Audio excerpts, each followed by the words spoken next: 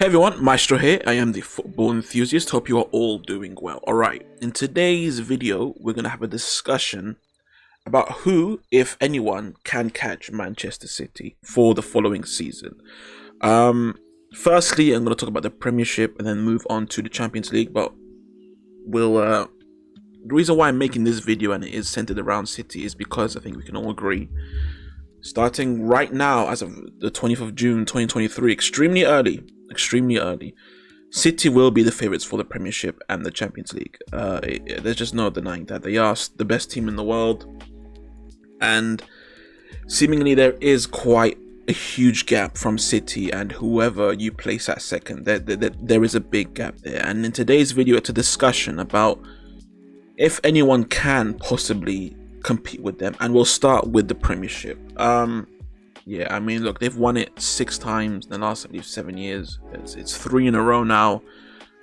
They are one of only, I think, 2 or 3 teams to win the Premiership for 3 in a row. I think United have done it twice, maybe. I'm not entirely sure, but yeah, but they could be on the cusp, and they will be the favourites on winning it for the first time 4 times in a row. No one has ever won the Premiership 4 times in a row. That is since the start of the Premiership, which was in the '92. Of course, I know English football was far past that, but ever since the Premiership was birthed, no one has won it 4 times in a row, and City will be on the cusp of doing so, and they'll be the heavy favourites. Now, let's talk about the possible challenges for them coming into this season. Number 1, winners' fatigue. That is a thing. You know, sometimes when you win so much, if you find yourselves with your backs against the wall, sometimes you don't feel as warranted to get up and perform, because you've already done it many times. You've already won. You're already a winner. You're already a champion. You don't really have anything to prove.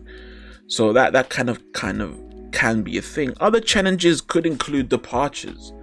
There are rumors that Gundogan and Bernardo Silva could be on the way. I'm hearing Kyle Walker has interest from Saudi, but those are the 2 main things that could get in the way. Now, other things that you'd imagine that I should bring up is the opposition, improvement from the opposition, from Arsenal, United, Liverpool, Chelsea. Let's talk about that. Let's talk about, is it realistic for any of the other top 6 or any of the other teams in the Premiership to improve enough to catch City? Let's start with who came the closest. Arsenal, 5 points off them last season. Is it possible for City to catch Arsenal? For Arsenal to catch City? Yeah, sure, it is possible. I spoke about this in my last video. I'm very happy with Arsenal's activity in the transfer market, but I'm happy in the sense that it will improve us. It will improve what we were last season. But happy in sense of like say our lives depended on Arsenal having to win the league next year, I wouldn't be happy with this transfer activity. Now, of course, once again, just to reiterate, I am happy from a realistic sense of view and just down to earth in real life, wanting to improve. I am very happy. But if we want to beat City, I think we need to be a bit more cutthroat, and we need to invest far more. For example, I'm happy with Jesus, but to catch City, I think we need a better striker than Jesus. And Havertz definitely isn't that. If we get him, I think we might need a Kane or an Osimhen, that level of striker. They have Haaland. We need to find someone to compete with that. So there's that. Other areas, I think. Listen, I love Zinchenko, but defensively he is at times a liability. Maybe I would want someone far more stable and on both sides, on the offensive side and the defensive side. So realistically, with what Arsenal can do in the market, I don't think it's actually possible to reach City's level. I think what needs to happen for Arsenal to win the league is for City to come down to Arsenal's level. That's what I think needs to happen. I don't think Arsenal, with the activity that they can, realistically that they can do in the transfer window, can actually reach City if they play at their best. And the same goes for everyone else. Look, Chelsea, of course, we all know Todd Boehly has a point to prove, and he is heavily invested in taking Chelsea back to the top. There is nothing he can do, I feel, with all the money he has, to reach a level of City's. It's the same with Arsenal. I think City needs to come down. The same goes for United, Newcastle. Tottenham. I don't see what any of those three teams can do to reach City's level in the transfer window. That's realistic, that is. Even let's say Mbappe was to go to United. That's crazy, but let's say he was. Still don't think that's enough. Mbappe is a fantastic player, but he's not, football is a team sport. There are other areas that needs to be covered. But I will say there is one team that it's possible because we've seen it before. And the same players that competed with City are still at this team. And it's Liverpool. Salah, Van Dijk, Alisson, Arnold, Robertson, and so on. Many of the players that were right there, right beside giving us those crazy battles week in, week out against City was Liverpool. That they are still there. Mane has moved on. Yes, Henderson is not where he once was. Keita moved on. Thiago is not really pulling it right now. But McAllister coming in. Nunes hopefully coming into his own. Firmino, yes, he has moved on too, but maybe Jota can fill that role, or Diaz. I feel like they can reach a level alongside Klopp. Klopp, I think, made many mistakes last season. Maybe he can fulfill that, make up for that this season. I think the most realistic opportunity of anyone catching City is Liverpool. Now that's not me saying that Liverpool will finish second. I'm just saying that Liverpool's ceiling, I think, is higher than everyone else's bar City. Therefore, I would say they have the best chance of catching City. Once again, just to reiterate, I'm not saying they'll finish like second, because Salah could still fall off a bit. Van Dijk could still fall off a bit. Klopp could still make some mistakes. We'll see. McAllister might not be a good transfer, and they might not make any more additions, Liverpool, which will be an issue. So, even though I still think City will win the league, and quite comfortably, I'm just trying to paint a picture of the possibility of certain teams catching them. Like I said, with everyone else, I think City needs to come down a level for them to catch City. But for Liverpool, there is a possibility that if Salah and co and Klopp and co reach those heights that I know that they still can because they've done it before, there is a chance that they could meet City at the top. There is a chance there. That's the best chance. But like I said before, I don't think it's going to happen. This is me kind of just hypotheticals. Now, in terms of Europe, in terms of the Champions League, it's a bit weird, isn't it? Because not always, the best team in the world does not always win the Champions League. We know this, in my personal opinion, Man City have been the best team in the world for around 5 years now, 5 seasons or so. But just now, in these last 5 years, just now, in June 10th, did they finally beat Inter Milan to win the Champions League. It only happened just now. This is the team of the season for Champions League. So, yes, people can take the Champions League crown from Man City. Knockout competitions aren't... a league format will be a much better indicator of who truly is the best team in that league, as opposed to a knockout format. If you look at the Champions League, there have been many upsets in the last 10-15 years. In the Prem, or La Liga, or everywhere else, there hasn't been. Now, you could say Leicester, but Leicester were actually the best team. If you watch the way Leicester played in that season that they won, they were the best team that year. 2012 Champions League, Barcelona were the best team. Chelsea won it. Last year, Man City were the best team. Who won it last year? Was it Real Madrid won it? Madrid weren't better than Chelsea. They weren't better than City or Liverpool. They beat all three of them. Knockout competitions, and there's many more examples I can give this, but I don't want to drag this video on. Knockout competitions is open for upsets. It happens a lot. I've seen it happen many times in my life. So it's possible.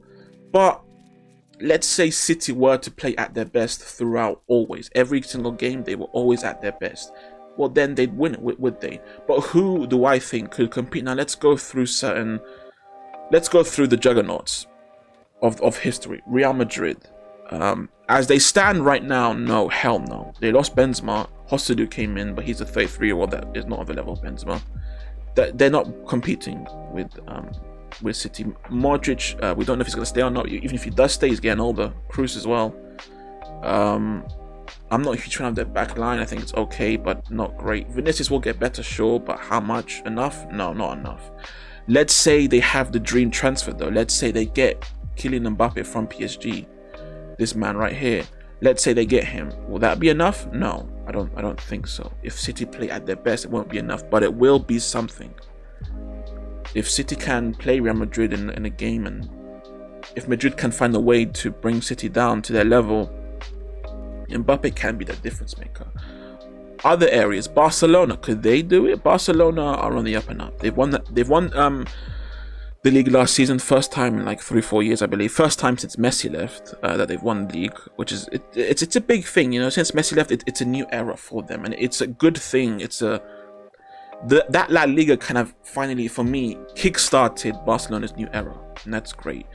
Now, could they challenge City? Once again, it's knockout, so they could, but what if City were at their best? No, I don't think so. I don't think their personnel is enough. Lost Busquets, lost Alba. They did not get Messi, which I think is a huge blow. Their additions, I don't even remember their names right now, but their additions are youngsters of somewhat quality of the future, not now. So with that being said, I just don't see them competing with City. Let's say they get Gundogan, because if they get Gundogan, which is they are linked to, they're taking away from City and adding to them. That's good, but still not enough. Let's say, okay, who else could they get? Bernardo Silva. Once again, that's taking away from City, adding to Barcelona. I still don't think that's enough. I think if Dembele was to improve drastically, if De Jong was to up his level and take that step, I think he can take. If Pedri and De Jong can take that step into the world class of the levels of De Bruyne, you know, the areas where De Bruyne, Rodri, and Gundogan currently roam in, you know, the areas where Modric roams in, you know, top class midfielders. If De Jong and Pedri can take that step, then there's a chance. But it is all a bit unrealistic. Now, in terms of let's look at the teams. I don't have them here. Like, look, let's just talk about the teams in Italy.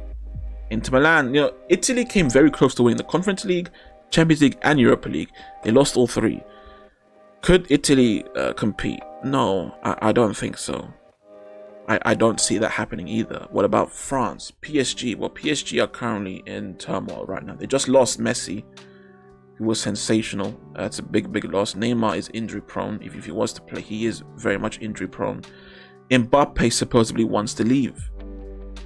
And their midfield is an absolute wreck. The defense is an absolute wreck. Even with the addition of Skriniar, the defense is still an absolute wreck. PSG are not competing with City, bar drastic change. Now we go back to the Premier League clubs. The Premier League clubs could compete with City in knockout competitions. If it's just 1 or 2 games, that's something. Arsenal, no, I don't think they're experienced enough though in knockout competitions to compete. Liverpool aren't going to be there. United and Newcastle are the other two. No, I think all 3 of these teams aren't experienced enough to compete with City in a knockout competition. But I'd say if there's one team I would bet on that has the best chance of being City in the Champions League, I'd say it's Real Madrid. They have the experience, they have the pedigree, and with possible additions of Mbappe, yeah, I would say they have the best chance. But saying all of what I just said, you know, the title of this video is, can anyone catch City? They can, sure, but I don't think they will. I think City will win the Premiership, and look, I'm 100% confident that they'll win the Premiership. I'm very clear on that. The Champions League, I mentioned before, it's a knockout competition, so it's kind of up and down, but I'd say I'm like 70% confident that they'll win or 60% confident that they'll win the Champions League, because yeah, like I said before, knockouts, you don't know what's gonna happen. But yeah, I mean, I just wanted to just kind of go through the possibilities of teams competing with City. It is rough, but on a realistic sense, with the current personnel that they do have, with Pep not leaving anytime soon, I mean, he might leave in 2025, we heard about that, but as of right now, with Pep, De Bruyne, Haaland, and co, I'm very confident in saying that no one will catch City in the Premiership, and most likely, I expect a City team to once again win the Champions League. I know that's a bit crazy, because winning 2 in a row is actually crazy. I know Madrid did it, but you have to consider the competition. If the competition is the same as it was last year, then yes, City will win the Champions League twice in a row easily. If other teams step it up a bit, then there's a chance that won't happen. But I'm betting on City for now. It's my early predictions, but yeah, it's all on City. So that's the video, guys. Hope you guys enjoyed. If you did enjoy, please leave a like. If you want to see more, please subscribe for more. Have a great day. And as always, take care of yourselves.